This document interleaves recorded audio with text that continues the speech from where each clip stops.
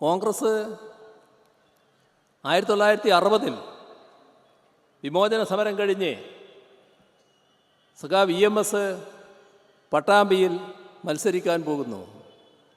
അവിടെ ജനസംഘം സ്ഥാനാർത്ഥിയെ പ്രഖ്യാപിച്ചു. ആ പ്രവർത്തനം ആരംഭിച്ചു.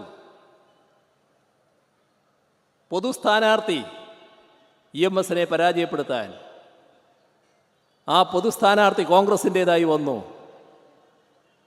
ദീനദയാൽ ഉപാധ്യായ അന്നത്തെ ജനസംഘത്തിൻ്റെ സമുന്നതനായ നേതാവ്, അദ്ദേഹം പട്ടാമ്പിയിൽ വന്ന് പൊതുയോഗങ്ങളിൽ പ്രസംഗിച്ചു EMSനെ പരാജയപ്പെടുത്താൻ. ഇതല്ലേ ഉണ്ടായത്? ഇതേ കാര്യം പാലക്കാട് സഖാവ് AKG മത്സരിക്കാൻ പോയപ്പോൾ സംഭവിച്ചില്ലേ? AKGയെ പരാജയപ്പെടുത്താൻ പൊതു സ്ഥാനാർത്ഥിയെ നിർത്തിയില്ലേ? പക്ഷേ ജനങ്ങൾ അംഗീകരിച്ചില്ല. കോലീബി സഖ്യം നമുക്കറിയാവുന്നതാണ്.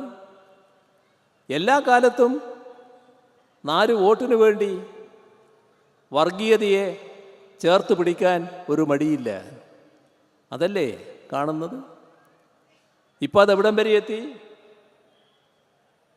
ഇപ്പോൾ ജമാഅത്തെ ഇസ്ലാമിയെയും SDPIയെയും വലിയ തോതിൽ കൂട്ടുപിടിക്കുന്നു.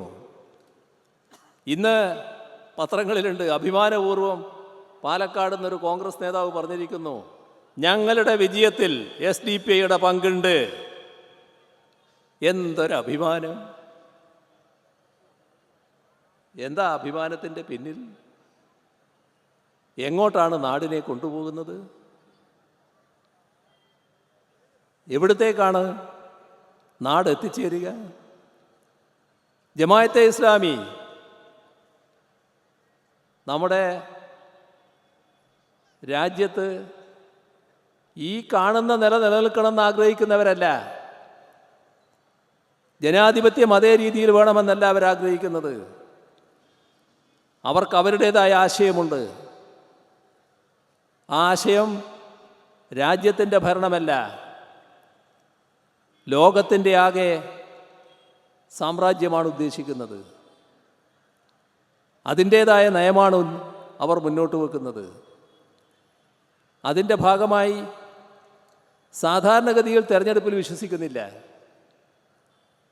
ഇപ്പോൾ നമ്മുടെ രാജ്യത്തിൻ്റെ ഭാഗമാണല്ലോ ജമ്മു കാശ്മീർ. ജമ്മു കാശ്മീരിലെ ജമാഅത്തെ ഇസ്ലാമി ഇതേവരെ തെരഞ്ഞെടുപ്പിൽ വിശ്വസിച്ചിരുന്നില്ല. അതല്ലേ വസ്തുത? ഇത്തവണയാണ് അവർ തെരഞ്ഞെടുപ്പിലേക്ക് രംഗത്ത് വന്നത്. എന്തിന്? BJPയെ സഹായിക്കാൻ. അവർ 4 സീറ്റുകളിൽ മത്സരിക്കാൻ തീരുമാനിച്ചു. ഒരു സീറ്റിൽ കേന്ദ്രീകരിച്ചു, സഖാവ് തരിഗാമി മത്സരിച്ച സീറ്റിൽ.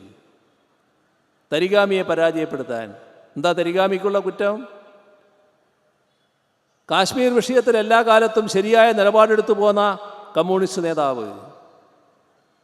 അവിടെയുള്ള ജനങ്ങൾക്കാകെ അതറിയാം.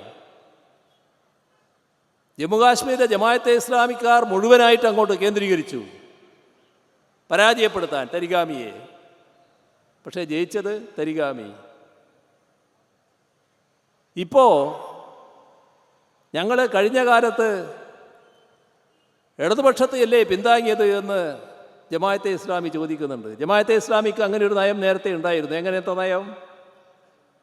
സ്ഥാനാർത്ഥികളെ നോക്കി പിന്താങ്ങുക.